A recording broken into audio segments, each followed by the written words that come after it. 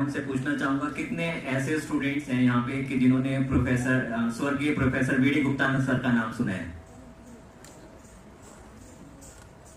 मुझे देखकर काफी अच्छा लगा कि यहाँ पे काफी स्टूडेंट्स हैं कि जो प्रोफेसर गुप्ता सर को जानते हैं।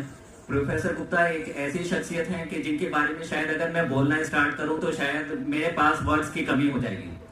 और जैसे यहाँ पे मुझे लगता है कि एक बहुत अच्छा प्लेटफॉर्म है कि मैम जो अपना बागवानी फाउंडेशन के थ्रू ये कर रही है कि अनसंग हीरोज में जहाँ पे मैम ऐसे लोगों को अप्रिशिएट कर रही है जिन्होंने हालात के साथ आगे बढ़ना सीखा है, कभी भी हालात के सामने नहीं झुके हैं। शायद प्रोफेसर वीडी गुप्ता सर भी उन्हीं में से एक हैं। प्रोफेसर गुप्ता शायद उन्हें इंट्रोडक्शन की जरूरत नहीं है, लेकिन मुझे लगता है कि थोड़ा सा हम सभी को उनके बारे में जानना चाहिए। और वो एक ऐसा कैरेक्टर है कि सभी के लिए वो एक इंस्पिरेशन है। प्रोफेसर गुप्ता जिनका जन्म एक अलीगढ़ के एक छोटे से गांव में हुआ था और जन्म के कुछ ही साल के बाद उनके फादर की डेथ हो गई थी।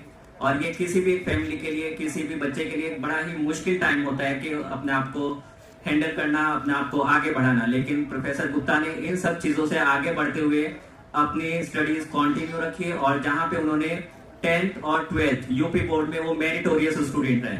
हालात के साथ जूझते हुए वो आगे बढ़े और इसके बाद उन्होंने अपना ग्रेजुएशन बीएससी एंड एमएससी दोनों ही इलाहाबाद यूनिवर्सिटी से गोल्ड मेडलिस्ट वो रहे हैं।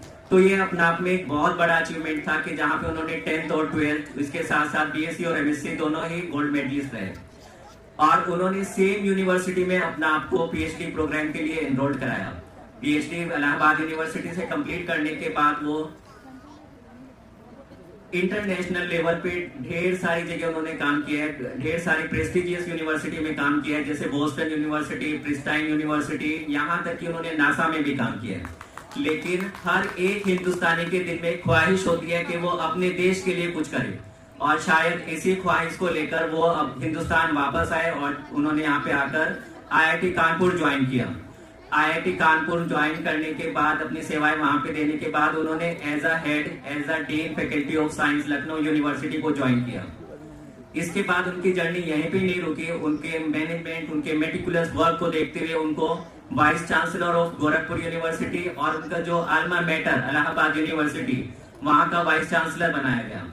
इसके बाद भी वीडी गुप्ता सर ने मोर देन 50 रिसर्च स्कॉलर को पीएचडी में गाइड किया।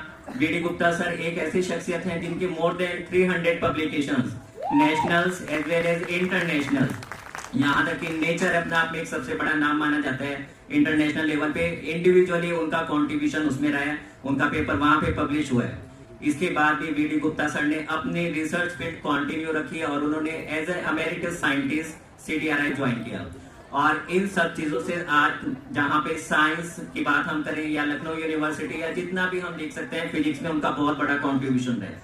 ना कि सिर्फ फिजिक्स, उन्होंने नैनो टेक्नोलॉजी, उन्होंने मैक्रोमोलिक्यूल, चाहे वो अमाइनो एसिड्स हो, डीएनए, आरएनए, सभी पे ढेर सारा काम किया है। तो मुझे लगता है कि वो एक ऐसी शख्सियत है कि जिनके बारे में हम सभी को जानना चाहिए और एक ये हम लोगों की तरफ से एक छोटा सा ट्रिब्यूट है उनके लिए। Thank you so much. Thank you ma'am for giving me this opportunity.